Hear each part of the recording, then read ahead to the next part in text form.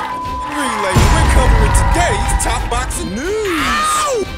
Okay, we'll start with this. Ahead of her upcoming fight with Christina Jacobs tomorrow in the Land Down Under, Sky Nicholson is desperate for a shot at featherweight queen Amanda Serrano. Isn't it a little bit too soon for a fight like that? She's one of the most feared names in women's boxing, but Australia's Sky Nicholson is desperate to have a crack at unified featherweight champion Amanda Serrano. The Puerto Rican was one half of the biggest fight in women's boxing history when she and Katie Taylor lit up Madison Square Garden with an epic main event back in April. Here's the thing.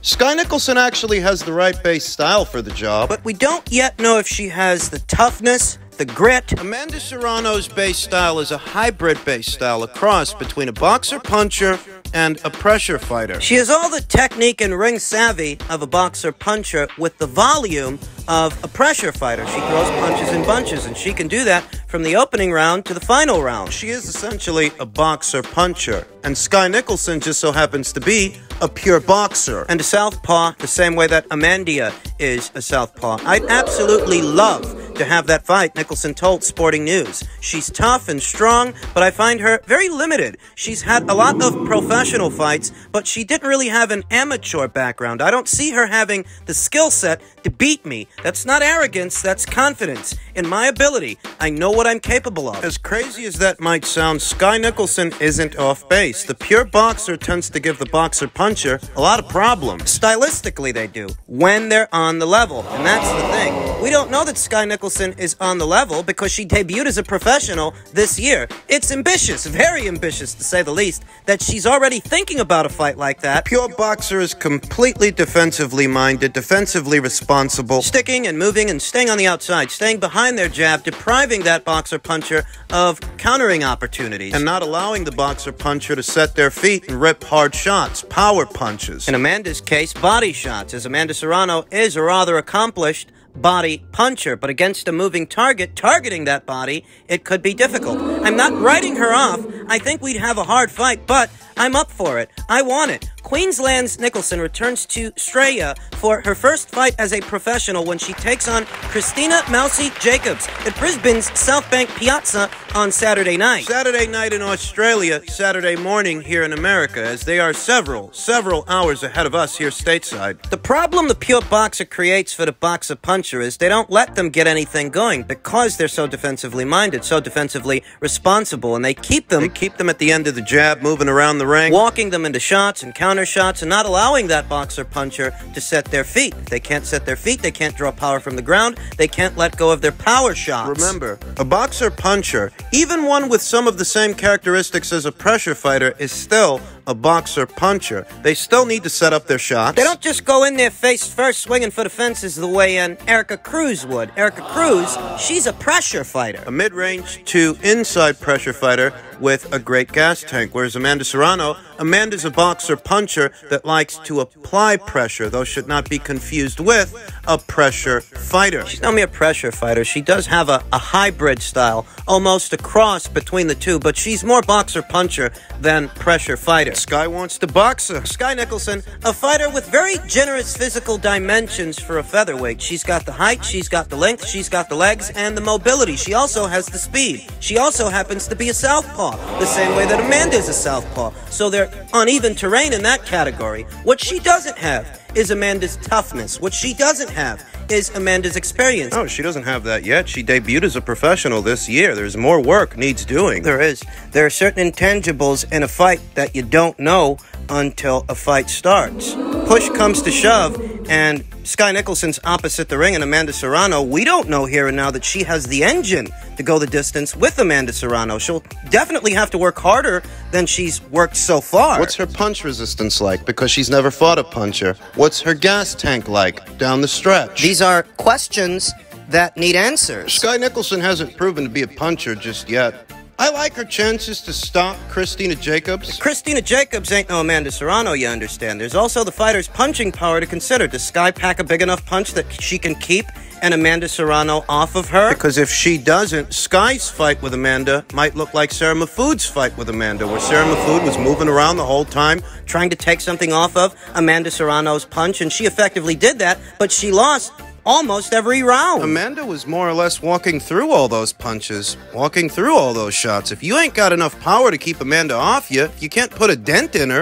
And you know what? Don't forget that there's a verbal agreement already in play for another unbeaten up-and-comer that goes by the name Raven Chapman. We talk about this here on the channel. There's a verbal agreement in play for unbeaten up-and-comer Raven Chapman to take on Amanda Serrano at either the end of 2023 or the beginning of 2024. Amanda Serrano is just one belt away, one fight away from becoming the featherweight division's undisputed champion. There's a big question mark there. If and when she becomes that division's undisputed champion, will she move up in weight? Will she take on the winner of this weekend's fight, Mayer versus Baumgartner? It's a bigger money fight for Amanda. There's more in it for her than taking on Sky Nicholson. I admire young Sky Nicholson's ambition that she's not shying away from a challenge, a mammoth-sized challenge like this one, but I'm not sure it actually comes into fruition. I'm not sure it actually happens. We'll see what develops in the coming year. In men's middleweight news, on the heels of his big win over Juan Montiel, Carlos Adames says, "I'm working hard to be the best." I don't see that from Charlo. Charlo, who hasn't boxed at all this year, doesn't look like he's going to. Boxed only once last year, whereas Carlos Adames, he saw action 3 times last year. Only once so far this year. Who knows if they'll wheel him back out there. Adames claimed after his third-round destruction of Juan Macias Montiel last Saturday at Dignity Health Sports Park that motivation and work ethic have separated him from Charlo. Houston's Charlo has held at least some sort of WBC middleweight title for 4 years.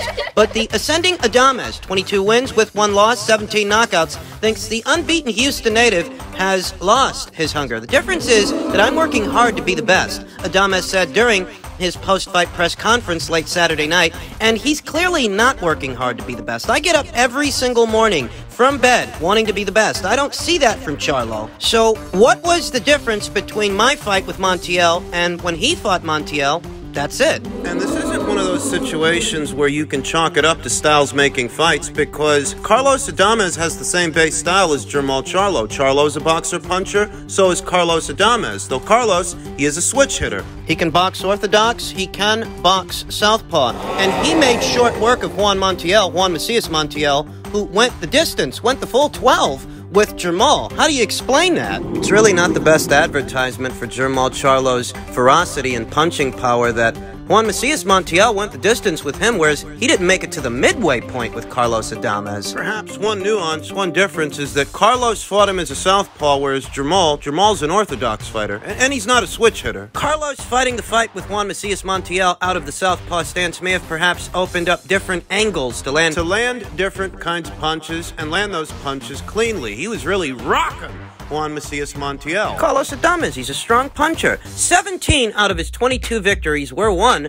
by way of knockout. And he's hungry, or at least hungrier, than Jermall Charlo, who hasn't fought this year. He's allegedly out-injured. You know, I don't actually believe that he's out-injured. I think that the people at the PBC and Showtime took one long look at that card and decided it might be a better idea to call the whole thing off. Save some money. What's it going to cost us to get Jermall Charlo out there anyway? What's this show going to cost us? It's operational costs, and who wants to see it anyway? Jermall Charlo's career and his campaign at middleweight gets more and more mediocre as time passes. He's got a good-sized fight right there waiting for him at middleweight on his side of the street against Carlos Adames, because we know he doesn't seem to have any plans to move up to super middleweight to take on the man that he called out 2 years ago, David Benavidez. Charlo, still campaigning as a middleweight. Okay, all right. There's a good middleweight you can fight. Carlos Adames, your mandatory challenger. When's the WBC going to order that fight? They're going to let Jermall Charlo sit out for this amount of time without defending the WBC title? Something's got to give. The guy's been avoiding moving up in weight to take on David Benavidez for 2 going on 3 years now. He's been sitting there at middleweight fighting once a year for the last 2 years. He hasn't fought at all this year. This should be a doable fight for the PBC and Showtime. And it shouldn't be a problem for the WBC to order it, because when's the last time Jermall Charlo satisfied a mandatory challenger for them anyway? He's got a solid contender in front of him, Jermall Charlo. And Carlos Adames, he does. And he's hungry, or at least hungrier than Jermall Charlo is. I've maintained for a long time that Jermall Charlo, he don't like southpaws. He don't like guys that lead with the right hand. And that was evident in the Matvey Korobov fight I think that was evident in the way he swerved a unification match with his longtime domestic rival, Demetrius Andrade, who also happens to be a southpaw. Carlos ain't a textbook southpaw. He's a switch hitter. He can fight out of that stance, and that gives him a chance against Jermall. If he comes out fighting southpaw... Jermall Charlo, he don't like southpaws. Do you remember how many backhands Matvey Korobov landed? Matvey Korobov couldn't miss Jermall with the straight left hand. Could Carlos Adames have similar success? You know, Carlos, he's not as battle-worn, war-torn as Matvey Korobov was. When he fought Jermall Charlo, he was a late replacement. Initially, Matvey was going to fight on the undercard of Charlo versus Monroe, but Monroe failed a VADA test, so Matvey stood in Willie Monroe's place. Gave Jermall Charlo all he could handle. Could Carlos Adames have similar success? Can he give Jermall Charlo all he can handle? Well, he might, based on the schedule of activity, rather the schedule of inactivity that Jermall Charlo is on. If Carlos Adames is the first guy that he fights next year... Jermall Charlo, like a lot of PBC fighters, he seems to be saving himself for a Canelo Alvarez fight, and I don't know why, because Canelo Alvarez isn't on their side of the street. Jermall, he's not campaigning as a super middleweight. Right. Hasn't gone up there yet. So, I mean, why doesn't the WBC just order this thing and get the ball rolling? There's no reason they shouldn't. This is your run-of-the-mill mandated title defense. And I understand that Carlos Adames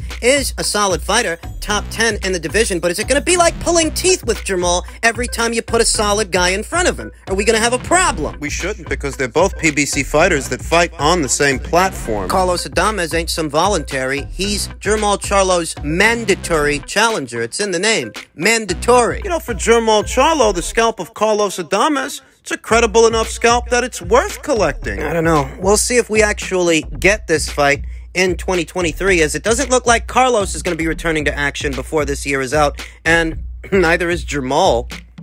Finally, on the heels of news breaking that Floyd Mayweather's next exhibition match has landed on the DAZN platform, which is the competing platform for Showtime, whose promotional outfit does a lot of business with, resident lapdog Leonard Ellerbe took to social media saying, LOL, it's very simple. Floyd cut a masterful deal where he extracted a ton of money from an entity in the UAE to promote his exhibition over there. In exchange, they acquired the worldwide rights to the exhibition, so they can sell the rights to anybody who they choose. So why didn't they sell the rights to Showtime, Lenny? You're always talking about how you can't get any eyeballs on a fight that happens on the DAZN platform, so then what the hell's Floyd Mayweather doing there? What, DAZN can afford a Mayweather exhibition, but Showtime can't? Leonard Smellerby continued, hell to the gnaw, they could show it for free or sell the rights to anybody of their liking. Floyd got his money. I wouldn't expect any of these trolls to understand any of this, because this is business 101.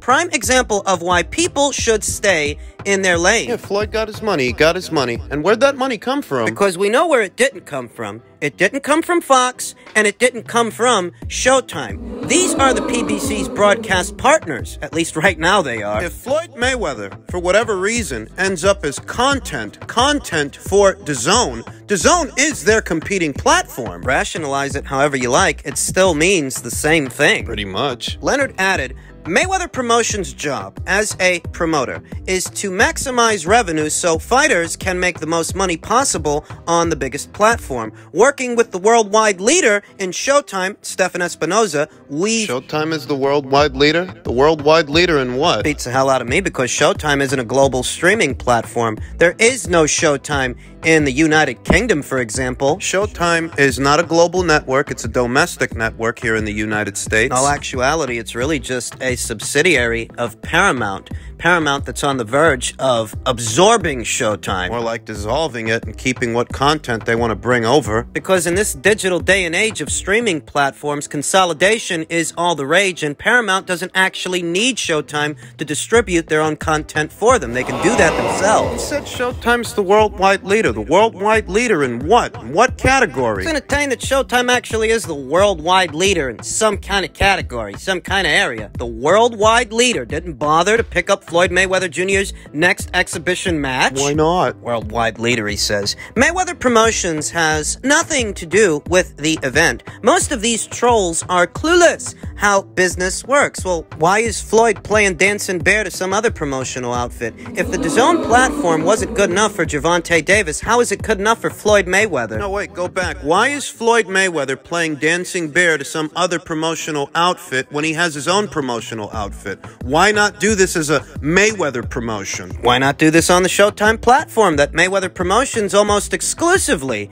does business with these days? I mean, I've never seen Gervonta Davis on Fox. And Gervonta Davis is all Mayweather Promotions has. When you think about Mayweather Promotions, what you're really thinking about is Gervonta Davis and nobody else, because... Who the fuck else does Mayweather Promotions promote besides Gervonta? According to Leonard, they don't even promote Floyd! Mayweather Promotions has nothing to do with the event, remember? Was it the same setup in Japan not that long ago? Mayweather Promotions, they had nothing to do with that. No, that was Risen. That was Risen, the promotional outfit that stages kickboxing matches and things like that over there in the land of the rising sun. One would think that Floyd Mayweather, having his own promotional outfit, he'd use it. Yeah, if it had any money, but it doesn't. That's why he's got to rely on other promoters to finance guarantees for him. You haven't thought about it yet, have you? Think about it.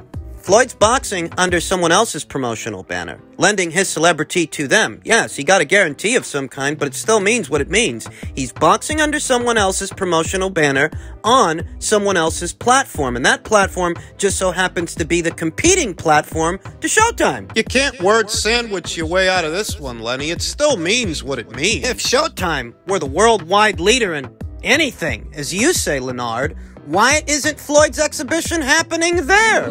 Why didn't the money come from them? They ain't got no fucking money. That's why their boxing budget is shrinking year by year. It has been shrinking. And you see how inactive many of their fighters are. Like Charlo, who we just talked about, David Benavidez. He's only boxed once, just once, this entire year. And he might not come back till early next year. There is a reason for that. The boxing budget is shrinking, among several other problems Showtime is facing. Leonard's explanation is it doesn't matter who got the rights for the fight because Floyd got his money. Obviously, he got his money. Nobody expects him to work for free, but it's rather interesting that his money, it didn't come from Showtime. What, they ain't got the money? Aren't they the worldwide leader of something? You're saying it doesn't matter because Floyd got his money, but is that what he's been reduced to?